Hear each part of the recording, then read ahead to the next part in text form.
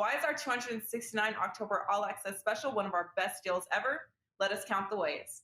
5 college football Saturdays, 5 NFL Sundays, full month of MLB playoffs, NHL starts October 12th, NBA season starts October 19th, plus any other sport your favorite handicap releases, all for under $9 a day.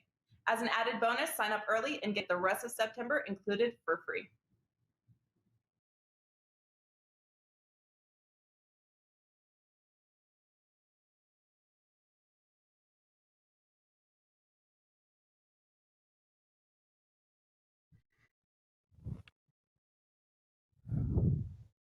Welcome into First Pitch Playoff Edition. I am Drew Martin. We're breaking down the card for October 7th tonight, Thursday night. I am joined by Marco D'Angelo and Dave Cokin of WagerTalk.com. Marco, we get you one day a week. Always love your analysis, buddy. Welcome in. How you feeling? I'm feeling good, Drew. Baseball's been rocking and rolling. 2 big weeks of football back to back, and life's good right now, and it's playoff time. Doesn't get any better. Nice thriller last night watching the game. 1-1 the whole way, and then the Dodgers end up not only getting there for the win, but the 2-run homer got the run line home as well. I know a lot of sharps were on St. Louis plus 1.5 runs in that game. That didn't work out so good, but it is exciting baseball. 2 games. The first one I know Dave enjoyed on Tuesday night a lot, the Red Sox beating the Yankees. So it's fun. I'm excited. Oh, absolutely. Playoff baseball, man. This is as good as it gets. I second that. The plus 190 on the Cardinals goes down. The plus 1.5 run line goes down. If you were on the Redbirds like me, it was a tough night. But, hey, today is a new day. Dave, Marco teed you up there, the Red Sox, and welcome to the show, buddy. Yeah, Red Sox, now the season is now a success. Regardless, if they get swept here, it doesn't matter because they knocked the Yankees out. And if you're a Red Sox fan, that's pretty much it right there. Anything else is gravy. So Red Sox back in action today. Of course, we get the other American League Series starting as well. Both games have gone, well, mostly under. So far, Yankees-Red Sox game 1, the elimination game ended up on the number. The first 5 under got there, and I was fortunate enough to have that. Didn't play yesterday, but again, first 5 under and the full game under get there. We'll see if that trend continues today. A couple of quick notes. I have 7 football games in all, 3 in the NFL, 4 in the college. 2 of those are free plays, 1 NFL and 1 college. You go to my homepage, wt.buzz/DC, at WagerTalk.com. You'll find those free plays. You can also find them on my Twitter timeline at Dave Cokin. Also have a 5% play going in the NFL on Sunday. 2 calendar years now, last 24 months, 27-9 on all my 5% plays across the board. 3 of those were in the NFL, and they all won. So very much looking forward to this one over the weekend. I think it's going to be a good weekend. I like it, Dave. Hats off to you. Those are some good records there, guys. Check them out. Dave Cokin, experts page at WagerTalk.com. He brings up the Red Sox, their season of success. Dave, you know, their regular season win total was 78.5. We mentioned it yesterday, and they were one of those teams that just skied over it. But, guys, that is game number 2 of what we're talking about tonight, going down in rotation and time order, starting off here 4 o'clock Eastern. We got the Chicago White Sox and the Houston Astros. First game up here. Marco, we get Lance Lynn versus Lance McCullers, minus 130 to minus 135. That is the Astros at home, 7.5 being the total in Minute Maid. Marco, what are you thinking here of game number 1, White Sox and Astros? Well, I think there's going to be a Lance win the game. I know. You look at this one here, and we have seen some early movement on this game. We've seen some money go to the White Sox and some money come in on the under. You look at it, Lance Lynn, 5 of his last 7 starts, he's allowed 0 or 1 run. Dominant pitcher, and he's been dominant most of the year. Unfortunately, 2 of those last 7 starts that he didn't give up 0 or 1 run, he got tattooed for 6 and 7 runs. So that concerns me a little bit there. But then we look the other direction, or one thing about Lance Lynn, He's only had 6 daytime starts this year, but in those 6-day starts, he's got an ERA of 1.26 and 0.82. Now, the reason I bring up daytime is with the Houston Astros, we know how good the Astros have been this year. They've had their record in night games 70-41. But whenever they play daytime, they're just a 500 ball club, 25-26. So that's a little bit of a concern with the Astros today. They do send Lance McCullers to the mound, who in his last 10 starts, 8 of the 10, he's allowed 3 runs or less. You're going to get an ultra-consistent pitcher with him. But if you put me to the test here, where I got to go with this game, I do lean to the White Sox. If you're looking at a total, Lance Lynn, generally when he comes off a gem, he's going to pitch you another one. This season, if he gave up 1 run or less in his last start, how about 12-3 to the under in the next game? So you got a little lean for me on the White Sox. Got a strong stat there for the under. That's all I got for this one, Drew. Hey, that's good stuff, Marco, leading us off here. You know, Dave, reading it in, I was unsure if it was 4:00 Eastern or 4:00 Pacific. It is 4:00 Eastern, to Marco's point here. Not really sure why MLB does this with the day game, but hey, it is what it is. We get the White Sox and Astros. What are you thinking here, Dave, in Minute Maid Park today? Well, the first thing I wanted to do was check the Houston lineup to see if Michael Brantley is playing and where he is playing, because there was some thoughts that he's a little bit dinged up, and there was some speculation he might end up being the DH, and that would put Alvarez in the outfield, which would be kind of a downgrade. Not that Brantley's a great outfielder, but Alvarez, he's basically he's not the most fleet of foot guy, and he's got knee problems. But it is Alvarez DHing and Brantley in left field. So that's a plus for Houston. Lance Lynn was not healthy down the stretch, and that's a little bit of a concern. He's a bulldog, though, and he can pitch through a little bit of discomfort and usually pitch very effectively. Lance McCullers, he's been just rock solid for the Astros. 2 completely different style pitchers here. Not that McCullers is a finesse guy, but he's mostly breaking ball. That's the pitch that's going to get him paid throughout his major league career. And when he's on with his breaking ball, he is really tough to hit. Lance Lynn, basically everything is a fastball. It's a variation of a fastball. 2 seams, 4 seams, add and subtract. He really knows how to pitch. I think you're looking at the 2 pitchers, despite the fact we've got 2 very good offensive teams, especially the Astros. They are a monster offensive team. They're the best offensive team in baseball. But I think the trend of first 5 unders continues here, despite the fact, by the way, that 2 of the 4 starting pitchers we've seen so far were not very good. Garrett Cole, he's basically out of there right after he started for the Yankees, but the first 5 under held up in that game. And Max Scherzer labored last night for the Dodgers, found a way to get through 4 1/3 innings. And by the way, look, I mean, it was a ballsy move. He would have been tremendously criticized had it not worked out. But Dave Roberts had a lot of stones taking Max Scherzer unwillingly out of the game. Scherzer did not want to leave.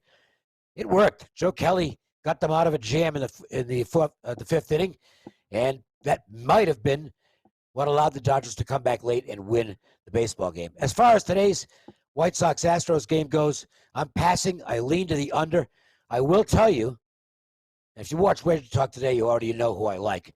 But I will tell you that when we come on tomorrow, I'll have a play on the White Sox-Astros game 2. That's a game I'm definitely going to be betting on. Today, I'm going to be mostly an observer, but I lean to the under in the White Sox-Astros game 1. Good stuff, Dave Cokin. And guys, yeah, tonight we have 2 games on the slate. For tomorrow's show, First Pitch, there's 4 games on Friday, October 8th. So we'll be breaking them all down. Most likely that White Sox-Astros game starts at 2. I guess we can hit it at the top. So hit all 4 games tomorrow. So make sure to come back and join us, guys, right here on the Wager Talk YouTube channel. First Pitch, 1:45 Eastern, 10:45 a.m. Pacific. So, guys, let's hit the game number 2, as we will revisit this game number 1. It is my best bet, but we got the Boston Red Sox at the Tampa Bay Rays here, Dave. Game number 1 of this division series, Eduardo Rodriguez versus McClanahan. 2 lefties going at it for the Red Sox and Rays. We get a total of 8. the Rays at home. You can call it Trop. You can call it Fenway of the South, whatever we're referring to it as, Dave. They are minus 150 favorites at home, Dave. Yeah, and Red Sox Nation will be very well supported in that game. You can be sure of that. Erod has not had a great year for the Red Sox, but as usual, they've got a very good record when he pitches.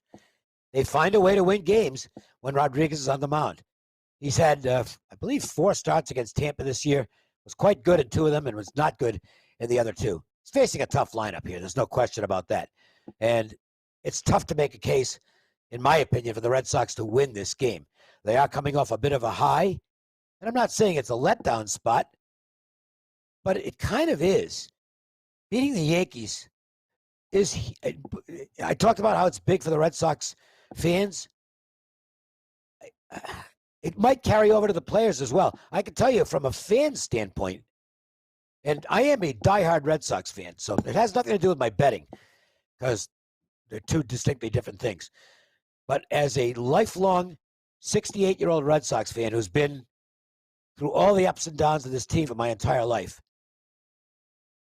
anything that follows eliminating the Yankees is actually a bit of a letdown.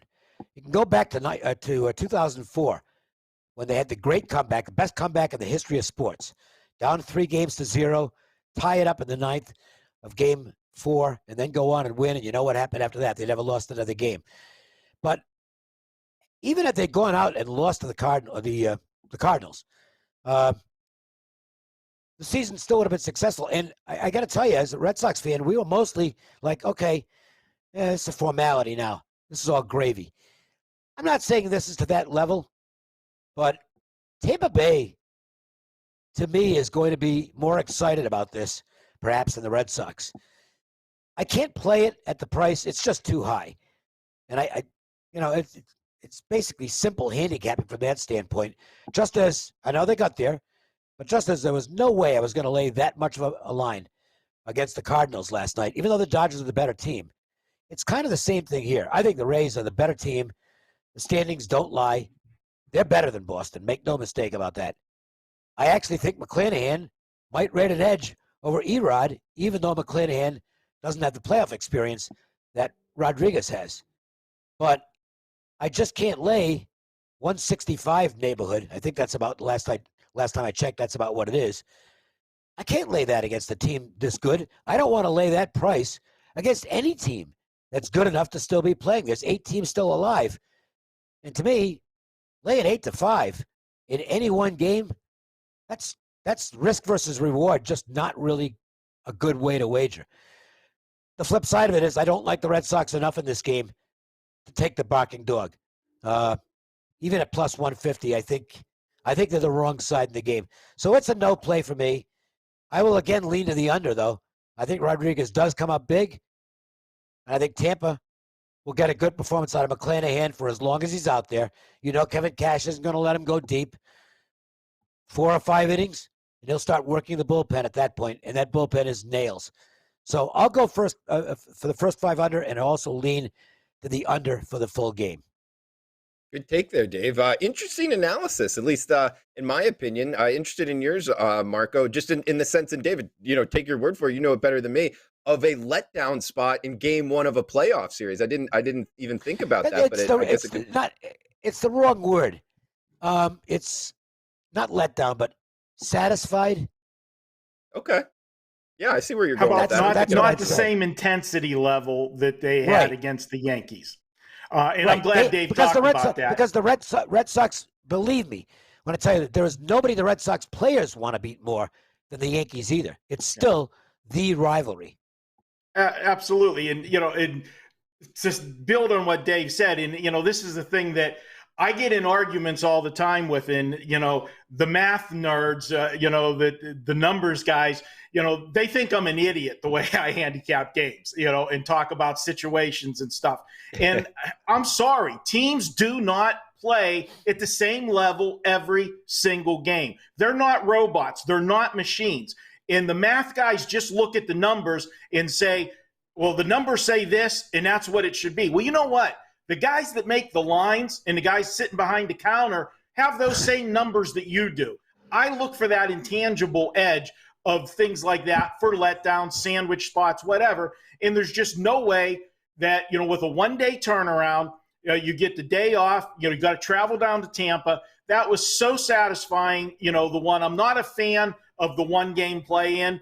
I just, it's such a tease, for the team that loses that game. You made the playoffs for one day. Big deal.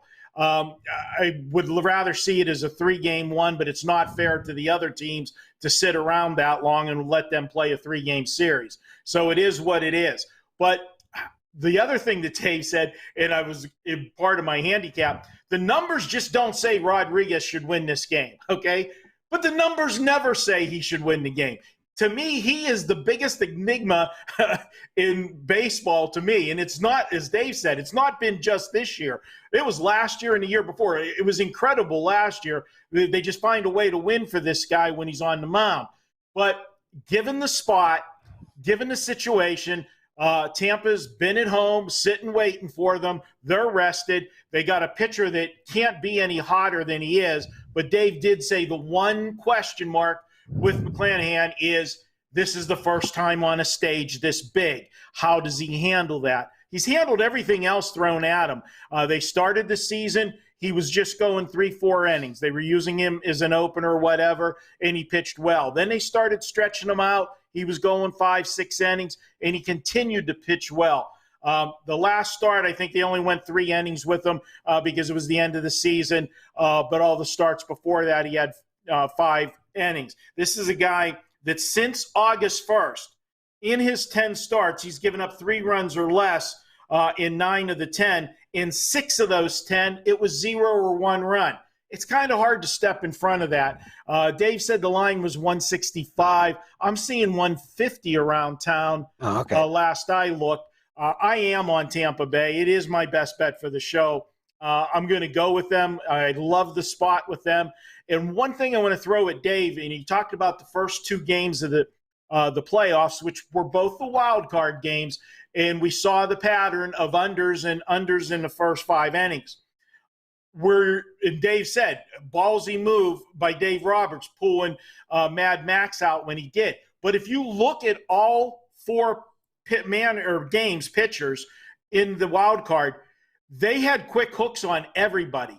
And I think that's because it's a 1-game series. You lose and it's done. So managers were more apt to make those pitching changes, which obviously, because the pitchers that came in did what they were supposed to do, aided those situations for keeping the first 5 innings under. If that would have been a regular season game, Roberts doesn't pull Scherzer there.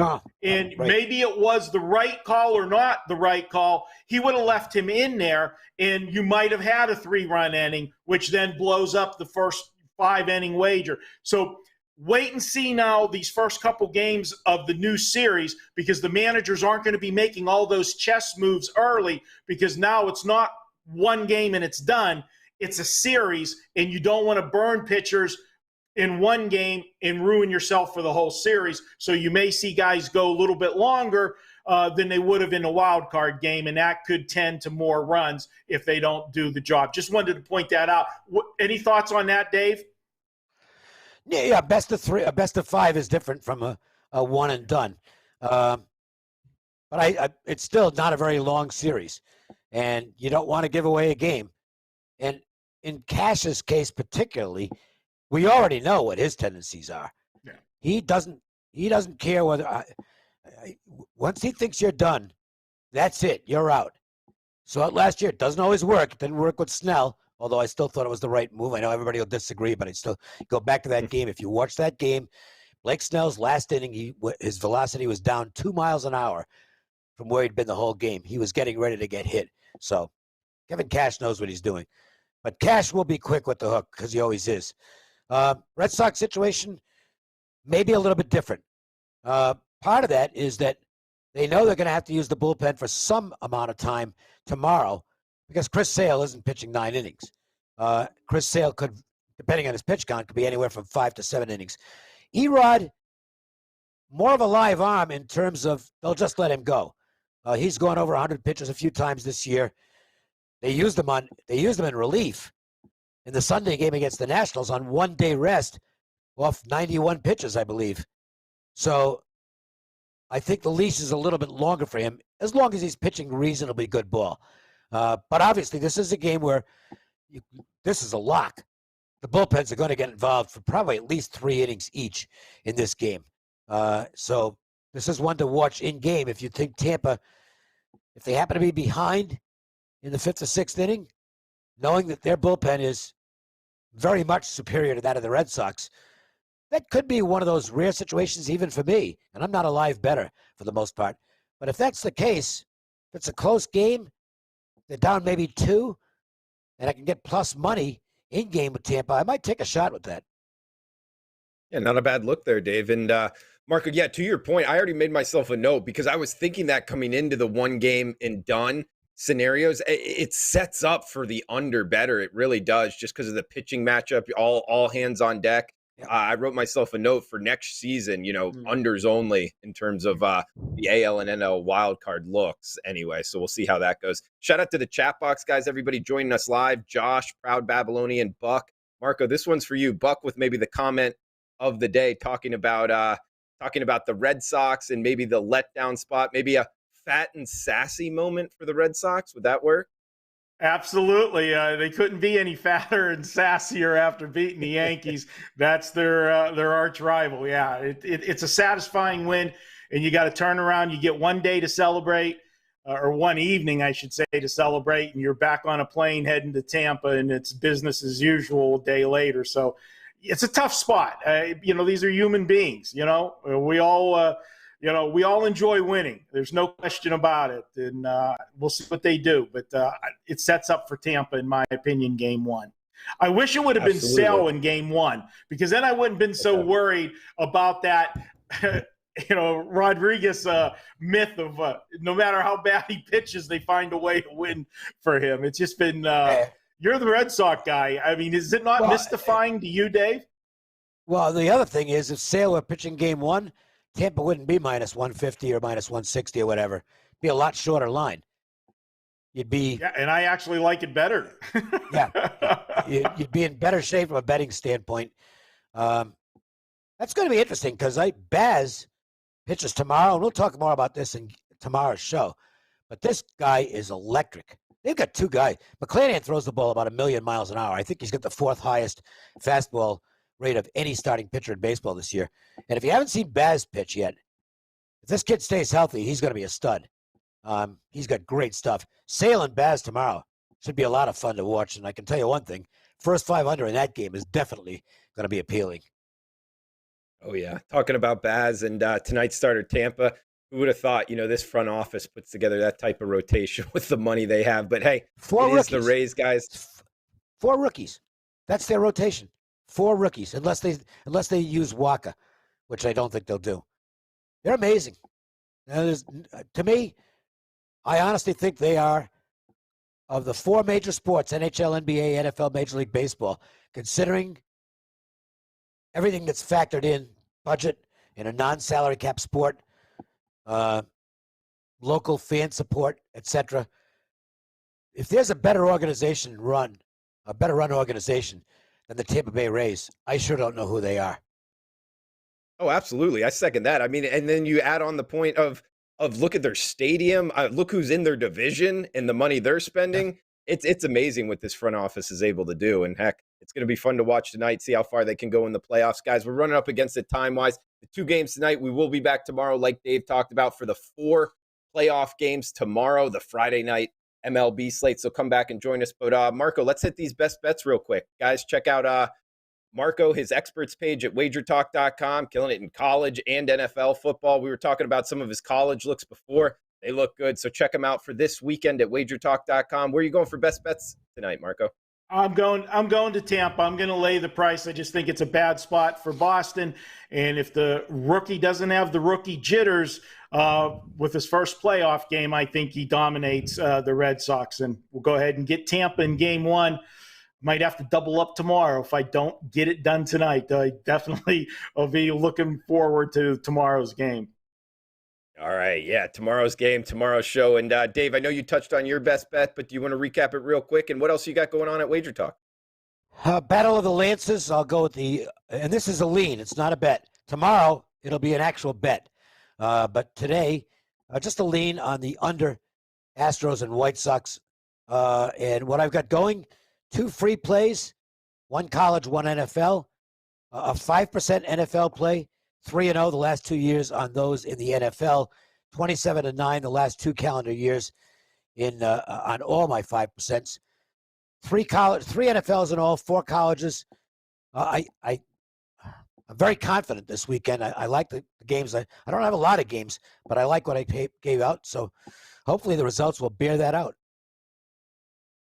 Hopefully they will, with more winners than losers, guys. And I'll finish us off here with the best bet section. I got the Houston Astros minus 131. We get Lance McCullers, who actually has numbers against this White Sox lineup is very good. The White Sox weighted runs created plus number against, or excuse me, OPS number against Lance McCullers, just 624. That's below league average. And Lance Lynn on the other side of things, the White Sox starter, his last time in Minute Maid Park, he only lasted 4 innings, giving up 6 earned runs to this Houston Astros lineup. Of course, the Houston Astros lineup, number 1 against righties. So I'm looking for the Astros to win tonight at the modest price tag of minus 130. Last tidbit here on why I like the Astros. You know, as a home team, the Astros, one of the best in baseball at home. Their home record is 51-30, whereas the Chicago White Sox, pulling it up here, their away record, they're actually under 500. And of course, this being in Houston. So this game going soon.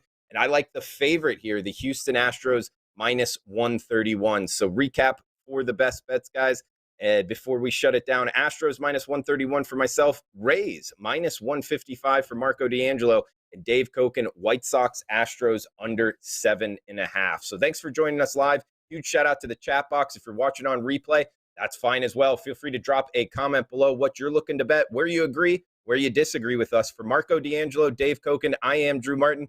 Thanks for tuning in. We'll be back tomorrow, same time, same place. Come back and join us. Please smash that like button on your way out. Best of luck with your bets, guys. Sign up for the free Wager Talk Text Club to gain access to free plays and exclusive discounts. Just text Wager Talk to 33222 to sign up and get a $10 coupon to use on WagerTalk.com.